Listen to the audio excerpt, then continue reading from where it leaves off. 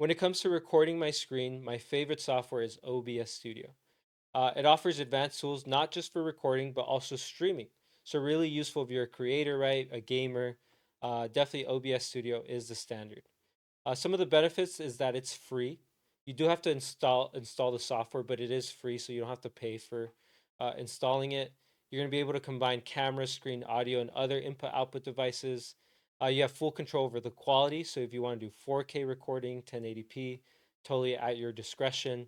And again, ideal for streaming, tutorials, gaming, and professional presentations. So let's go ahead and jump in right into the demo. As it turns out, I'm actually using OBS as we speak. Notice it creates this like infinite effect, right? Because I'm putting the window as part of the recording. It's kind of a quirky thing, as we can see in this window there.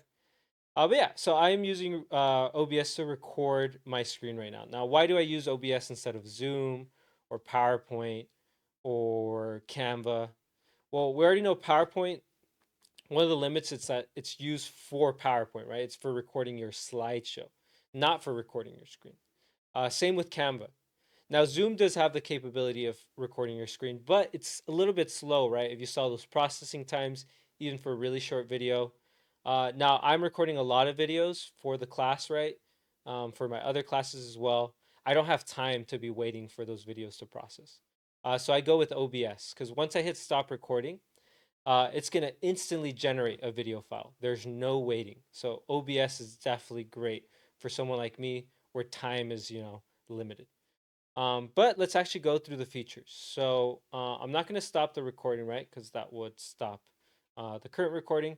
But I'm going to show you how to add different sources. So for example, if you want to capture your screen, right? You'd go here under sources, and you'd hit add, and then you'd do screen capture. So where's screen display capture? There it is.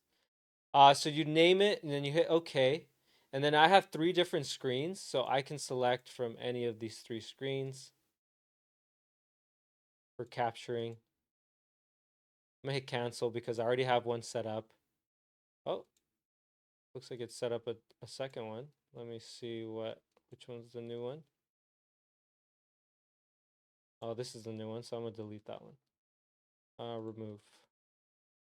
All right, there we go. So yeah, I'm recording this screen currently.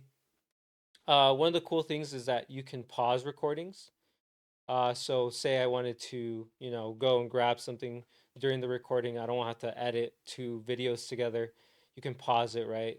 Similar to PowerPoint and Zoom. Under settings, we have a few cool options. So for example, for your video, you can change the resolution of the video. Let's see, in general, we have a bunch of other options here. One that I usually enable is hide the OBS window. So I can actually hide the window from the recording. I typically would do that when I was working with one screen. Now that I have multiple screens, it doesn't really matter. For audio, you can change, right, your different devices here. But for the most part, you're going to use the audio mixer to do that. And then here you can change, right, under properties, you can change the actual device that you're using. It'll automatically have your desktop audio there. You can enable or disable it so it'll capture the actual sounds your computer's producing. So yeah, all really cool options. Um, Notice for the pause, it is you might not see the pause button for some of your recordings. You have to go into the settings and change them a bit. I'm not going to go over that because it's a little bit advanced. But just know OBS is what I use. When I hit stop recording, it's going to generate that file instantly under my videos folder here. Sorry. So music videos, right? It's one of those main folders. It'll instantly generate that file. So really useful for me as someone who's limited on time. There's definitely a lot of advanced things you can do. You can definitely have your face as part of the display capture as well. I haven't quite figured that one out yet. You do have to do some additional downloads and setup. But as far as just classic screen recording, definitely OBS is an excellent option. I use it with Zoom to do that cool, transparent background and show my face on the screen. But you definitely don't have to do that, right?